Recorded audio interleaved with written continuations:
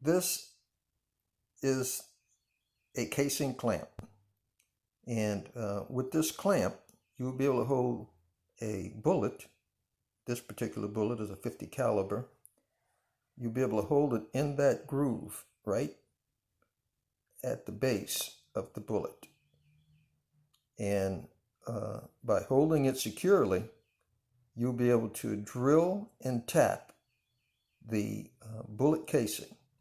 And the bullet casing at the primer pocket is what it's called, is at least 3/8 of an inch thick.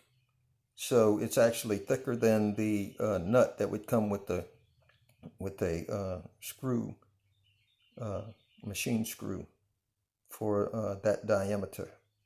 But I've used larger screw eyes, and also you can make this attachment here. This is a knife.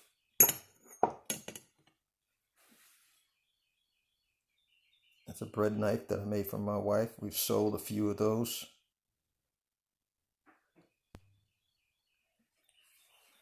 So I'm going to stop this and then show you how to connect the bullet.